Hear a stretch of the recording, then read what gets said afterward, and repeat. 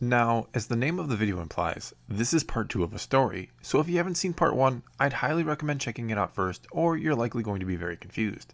I'll include a link to it in the description below. And now, without further ado, let's get back to the story. We're right where we left off last time, and Obi-Wan is still staring angrily at young Anakin, who only continues to stare back helplessly. And as Obi-Wan kneels there, with Satine's body cradled in his arms, surrounded by flaming debris, he shuts his eyes and begins to tremble, slowly at first, but soon much more violently, and we see that some of the debris around him also begins to vibrate, and some of the smaller pieces even begin to start to float off the ground. Finally, Obi-Wan's eyes shoot open, and all at once his trembling stops and he releases a massive force blast that expands out all around him, extinguishing most of the flames and sending some of the smaller debris shooting away with it. The blast knocks down Anakin, but he doesn't seem to get hit by any of the debris and generally seems unhurt as he scrambles to his feet and again looks upon Obi-Wan, who we now see has a red, burnt face that has even begun to blister. Obi-Wan then gently lays Satine's body down, gets to his feet, and with his eyes locked on Anakin, begins to march towards him. Soon enough, Anakin begins to backpedal, and just as he turns around to run back towards the ship, Obi-Wan reaches out with his hand and catches Anakin in a force choke, stopping him dead in his tracks. As Obi-Wan draws ever closer to Anakin, who is clawing at his throat, desperate to breathe, we hear Qui-Gon, who is just as quickly walking, trying to get himself between Obi-Wan and Anakin, say, "Obi-Wan, stop this. Do not let your anger control you. What happened here is not Anakin's fault." Obi-Wan doesn't take his eyes off Anakin as he says, "You don't get to lecture me. I'm not your apprentice anymore. You gave up on me in favor of this one." Obi-Wan tightens his force choke on Anakin and begins to lift him off his feet. Qui-Gon then says, "No, Obi-Wan, you had learned all you could from me and were ready to face the trials. It was not about choosing him over you. It was about letting both of you find and walk your true path. And as it turns out, your path was here on Mandalore." Obi-Wan finally looks at Qui-Gon, who stands almost between him and Anakin now. "Was it?" Obi-Wan snaps back. "Was it my place and purpose to come here and watch the woman I love die, killed by this boy?" Obi-Wan then lifts Anakin off his feet with the force choke, to which Qui-Gon ignites his saber. Obi-Wan smiles cynically and says, "So, you'll kill me to save him, is that it?"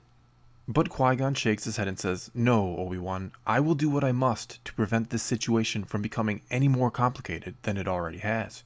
You forget you act on behalf of Mandalore, and that if you kill Anakin, your people will believe you are retaliating and that the Jedi are to blame for what happened here, and that is a path that leads to war." Obi-Wan snorts as his eyes fall upon Qui-Gon's saber. "Killing me would likely cause the same thing." Qui-Gon shakes his head. "I do not have to kill you to stop you, but I would prefer if you came to your senses and realized that this is not what Satine would want.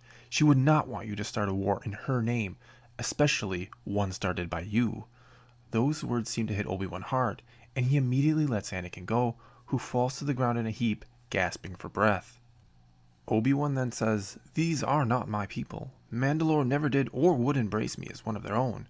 They would most likely thank you if you killed me. It'll save them the time of having to find me guilty and to blame for all this, and then having me executed."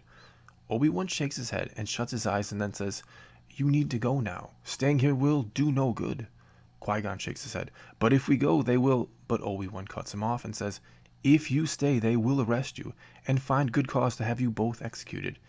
And is that what the fate of the Chosen One is supposed to be? To be executed on Mandalore here and now?" Qui-Gon thinks on it for a long moment, his gaze going to Anakin, who has gotten to his feet and is rubbing at his throat. "Get back to the ship," Qui-Gon then says to the boy, before turning back to Obi-Wan and saying, "Come with us." But Obi-Wan quickly shakes his head, and it seems as if most of his anger is gone now. "You're right, my old friend. This has become a complicated situation, and if I come with you now, Mandalore will again see this as an elaborate plot of the Jedi to assassinate Satine and start a war." Qui-Gon looks like he wants to say something, to argue against that, but he finally just nods.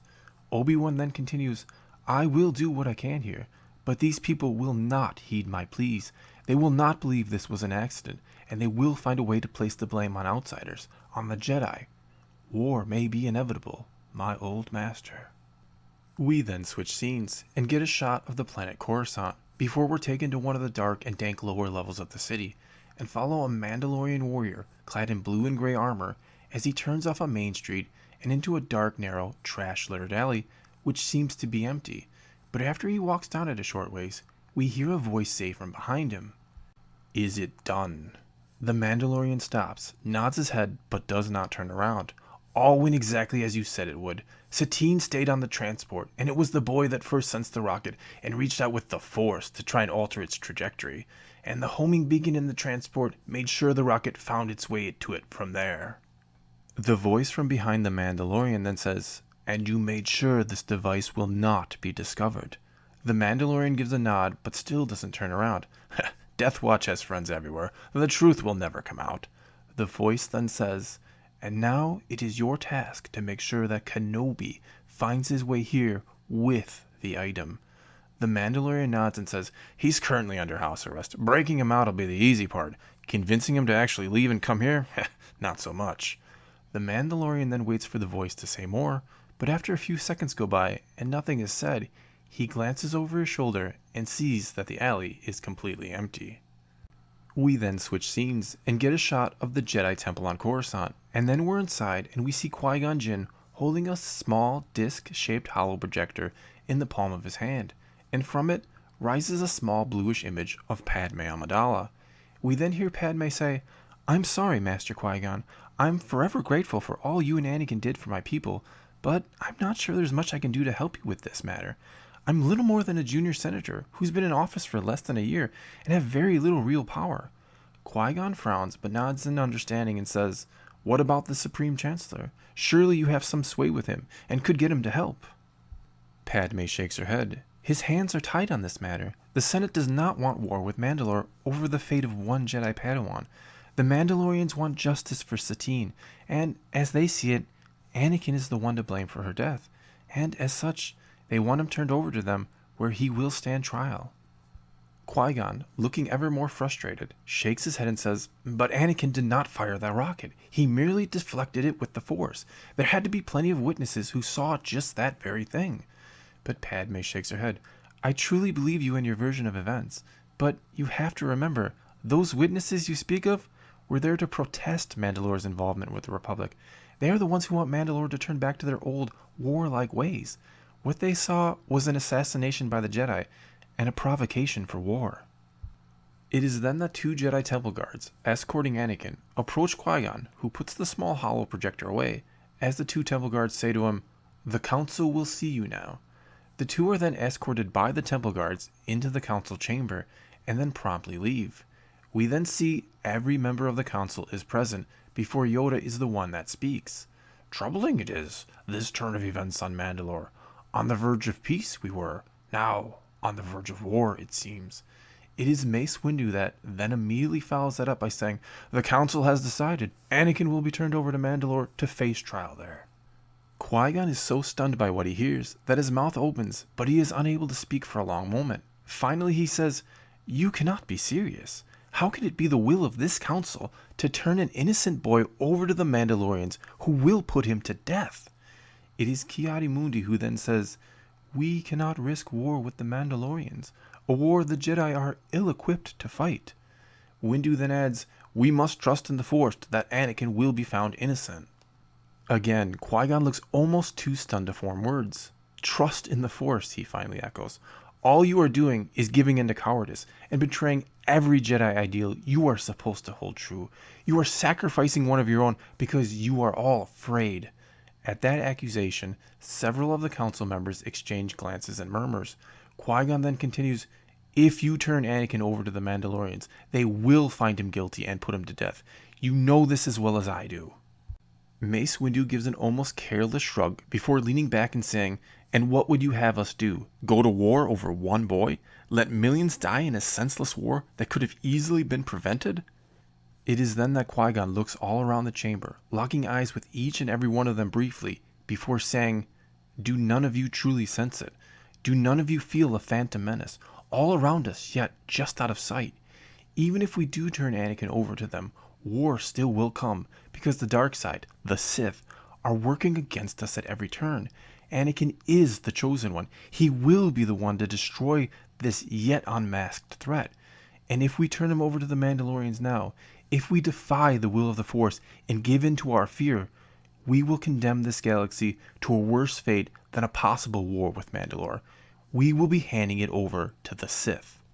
A few of the council members begin to nod and seem to truly take Qui-Gon's words to heart.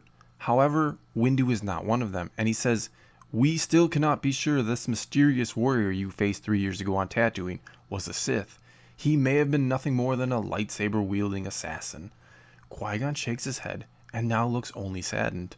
The warrior was a Sith, of that I have no doubt. Ki-Adi-Mundi then speaks up. "And where has he been this last 3 years? Why has he not struck again?" Qui-Gon gives a wry grin. "They were in hiding for 1,000 years. Surely lurking in the shadows for 3 more hasn't been too difficult for them." Qui-Gon then again looks around the chamber, his eyes going from one council member to the next. "Surely you must feel a growing presence, the growing threat of the dark side. I refuse to believe none of you can sense this." Qui-Gon's eyes stop on Yoda, who looks deep in thought. He then says, "Tell me, Master Yoda, do you not feel the growing power of the dark side? Do you not believe this is all a plot of the Sith?" Yoda then shuts his eyes and says, "Difficult to see what is behind this. Nevertheless, decided the council has. Turned over to the Mandalorians. Anakin will be." This is finally when Anakin, who has been quiet the whole time, blurts out, "But I only tried to..." Qui-Gon quickly silences him and then says, "If this is the decision of the council, then I have made my own decision, and that is to follow the will of the Force no matter where it leads me, and I fear it leads me away from here, away from being a Jedi. I will now take Anakin, and I will leave." Mace Windu then says, "Leave the order if you will, Qui-Gon, but we do not grant you permission to take the boy. He will be given to the Mandalorians no matter what you decide to do." Qui-Gon locks eyes with Windu and simply says, "I was not asking for your permission. He is my apprentice, Jedi or not, and he will come with me." Qui-Gon then quickly begins to usher Anakin towards the door as the council erupts in debate. Some of the Jedi even get to their feet, lightsabers in hand, but none of them ignite them. The only one who sits quietly and does nothing is Master Yoda. When Qui-Gon and Anakin reach the door, 2 Jedi Temple guards block their way and ignite dual-bladed yellow sabers, and one demands, "Turn the Padawan over to us, and you will be allowed to leave, Master Qui-Gon." Qui-Gon's only response to that is to use Force Push to knock the 2 guards off their feet, and he yells for Anakin to run, which he does. Qui-Gon then very quickly turns around and locks eyes with Yoda, who still calmly sits in his chair, and all the ancient Jedi Master does is sigh before lowering his gaze. That's when Qui-Gon turns back around and runs after Anakin, as the 2 Temple guards begin to pursue. Qui-Gon and Anakin do not make it far before they stop as 2 more Temple guards come around a corner. Both guards then ignite their double-bladed yellow sabers and demand for them to cease hostilities, just as the other 2 guards catch up from behind them and also once again ignite their sabers. Anakin then looks up at Qui-Gon and asks what they should do, and that's when we hear another saber ignite, and the 2 Temple guards in front of them turn and watch as Count Dooku, wielding a blue saber and still very much a member of the Jedi Order, comes around a corner and does not hesitate to engage the 2 guards. Qui-Gon then says to Anakin, "Try to disarm them. We do not want to hurt them if possible," as he turns towards the guards behind them, ignites his green saber, and challenges them. Anakin too ignites his blue saber and, hesitantly, attacks them as well. We then watch as Dooku, who makes it look all too easy, quickly and gracefully disarms both Temple guards he faces, hacking apart their lightsabers in the process, and then holding them both at bay at the end of his saber, as Anakin and Qui-Gon fall back towards him, not having quite as much success against the 2 Temple guards they face. Finally, they reach Dooku, who then makes a bold and challenging flourish with his saber, which causes the 2 armed Temple guards to hesitate before ceasing their attacks altogether.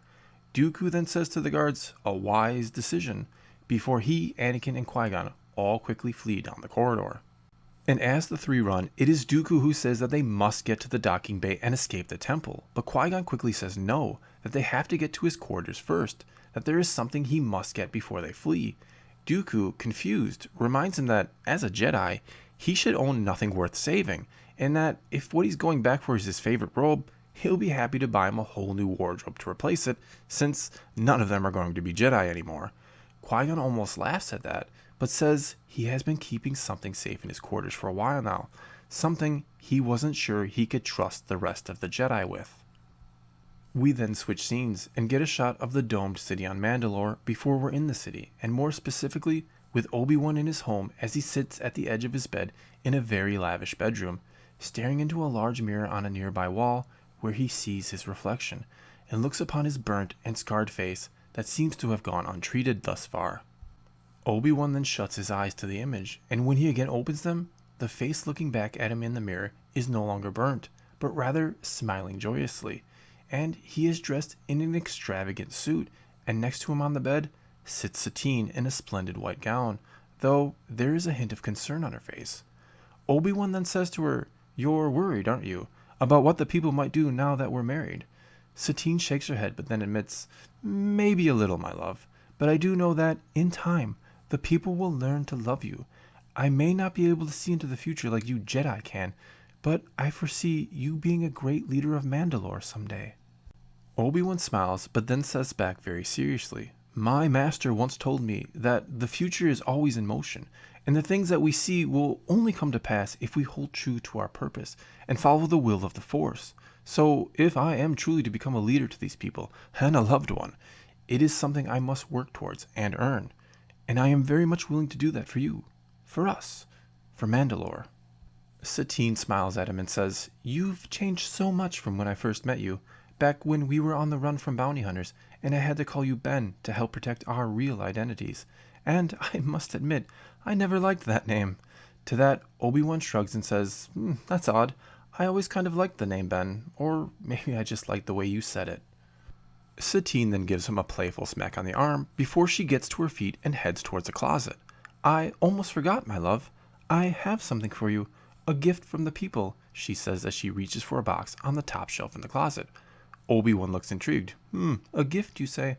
I believe one of the best parts about not being a Jedi anymore is actually being able to accept gifts now." Satine, with a small wooden box in hand, about the size and shape of a shoebox, says, "Oh, you weren't allowed to accept gifts when you were a Jedi? Not even from the people you help?" Obi-Wan shakes his head. "Well, we are supposed to refuse them unless it was seen as rude to do so, at which point we then accept them, but do not keep them." Satine gives an odd look to that and sits down next to Obi-Wan on the bed again, box in hand. She then says, "How very curious.